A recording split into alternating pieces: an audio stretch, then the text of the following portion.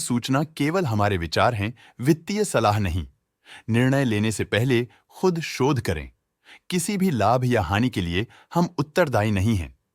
आज हम देख रहे हैं एलए ओपाला आरजी लिमिटेड के 2025-26 Q1 की standalone financial performance. Starting with the sales, पिछले क्वार्टर से सेल्स में -15.5% का डिक्रीज हुआ है, मगर कंपनी ने पिछले साल के मुकाबले मार्जिनल सेल्स डिक्लाइन रिपोर्ट किया, around -10.5%। Expenses -18% quarter on quarter decrease हो गए हैं, जो साल भर के -11% के डिक्लाइन के साथ अलाइन करता है। एक्सपेंसेस में डिक्रीज अच्छा है, लेकिन सेल्स में डिक्रीज निराशा की बात है। ऑपरेटिंग प्रॉफिट, जो पिछले साल के कंपैरिजन में -9.5% डाउन हुआ है, quarter on quarter around -10% decrease हुआ है। Operating profit margin OPM annual basis पे 0.5% से इंक्रीज हुआ है और पिछले क्वार्टर के कंपैरिजन में 2% से इंक्रीज हुआ है। एक्सेप्शनल आइटम्स को ऐड करके अदर इनकम पिछले क्वार्टर के कंपैरिजन में 21% बढ़ गई, बावजूद इसके ईयरली ग्रोथ 29.5% हुई है। इंटरेस्ट एक्सपेंसेस पिछले क्वार्टर से -1.5% डाउन हुआ, लेकिन ईयर ओवर ईयर डिक्रीज -6% हुआ है।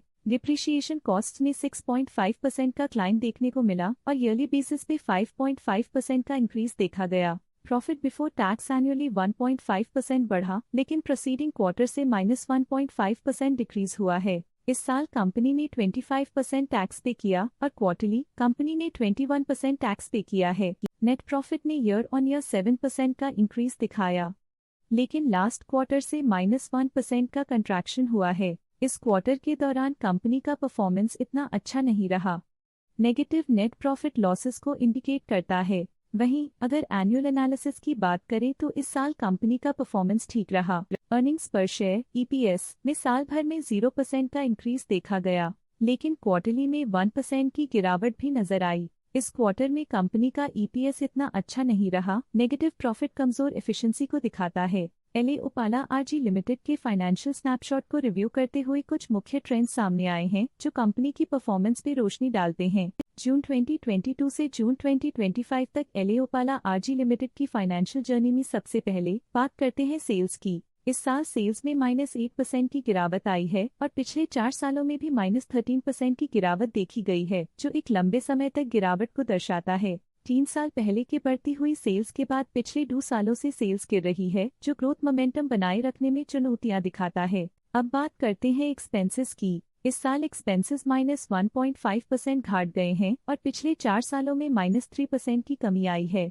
इस साल हालांकि एक्सपेंसेस सेल्स से थोड़ा ज्यादा बढ़े हैं, मगर ग्रोथ रेट्स का करीब होना स्टेडी ऑपरेशनल कॉस्ट को दर्शाता है। चैलेंजेस से गुजरते हुए ऑपरेटिंग प्रॉफिट ने इस साल -19% की डाउनटर्न देखी, जो एक ट्रेंड को कंटिन्यू करता है। पिछले 4 सालों में -29% की डिक्लाइन के साथ एक वृद्धि के बाद पिछले 2 सालों से ऑपरेटिंग प्रॉफिट गिर रहा है, जो कुशलता बनाए रखने में चैलेंजेस को दर्शाता है। कठिन दौर से गुजरते हुए नेट प्रॉफिट में इस साल -20% की गिरावट आई है, जो पिछले 4 सालों में -0.5% की गिरावट के साथ चुनौती पेश करता है। पिछले 2 सालों से नेट प्रॉफिट में गिरावट आई है, जो ऑपरेशनल चैलेंजेस या मार्केट कंडीशंस पर चिंता बढ़ा सकती है। ईपीएस के लिए रास्ता कठिन रहा है। इस साल ईपीएस -41% डिक्रीज हुआ और पिछले 4 सालों में कुल मिलाकर -26.5% की गिरावट हुई है। एक इजाफे के बाद पिछले 2 सालों में ईपीएस गिर रहा है, जो कुछ चैलेंजेस को दर्शाता है जिन्हें स्ट्रेटेजिक रिव्यू की जरूरत है। चलिए अब बात करते हैं शेयर होल्डिंग पैटर्न की। एलए ओपाला आरजी की शेयर होल्डिंग रिपोर्ट्स कुछ इस प्रकार की हैं, जो अननोन 2025 के तक चलता है। ये रिपोर्ट कंपनी के शेयर्स की डिटेल्ड जानकारी देता है, जिसमें promoters, promoter groups, foreign investors, public investors और सरकारी एंटिटीज शामिल हैं। पब्लिक हेल्थ शेयर्स का परसेंटेज 2025 के में 13.65% से 2025 के में 13.48% तक डिक्रीज हो गया। इस डिक्रीज से साफ है कि इस टाइम पीरियड में कंपनी में पब्लिक का हिस्सा डिक्रीज हुआ है।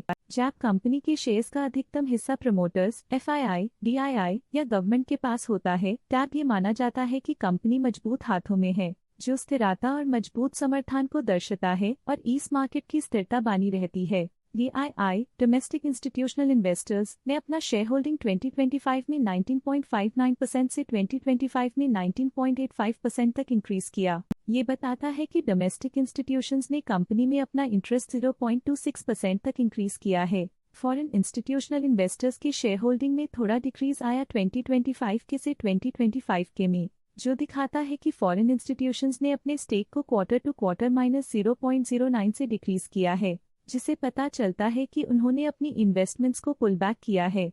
ये था कंपनी का करंट शेयर होल्डिंग पैटर्न। इस सेगमेंट में हम आपको ले चलते हैं इस क्वार्टर के कुछ विशेष प्रमोटर डील्स की ओर। 10 जुलाई 2025 को genesis exports private limited revised ने 30,000 शेयर्स खरीदे 206.82 रुपीस पर यूनिट के हिसाब से, जिसका टोटल था 62 लाख।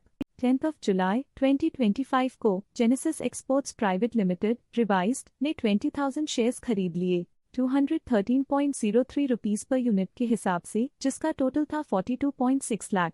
10 जुलाई 2025 को genesis exports private limited revised ने 20,000 शेयर्स अपने पोर्टफोलियो में शामिल किए 205.38 रुपीस पर यूनिट के हिसाब से, जिसका टोटल था 41.1 लाख। 10 जुलाई 2025 को genesis exports private limited revised ने 51,000 शेयर्स अपने पोर्टफोलियो में शामिल किए 205.91 रुपीस पर यूनिट के हिसाब से, जिसका टोटल था 1.1 करोड़। 10 जुलाई 2025 को genesis exports private limited revised ने 20,000 शेयर्स अपने पोर्टफोलियो में शामिल किए 211.51 रुपीस पर यूनिट के हिसाब से, जिसका टोटल था 42.3 लाख।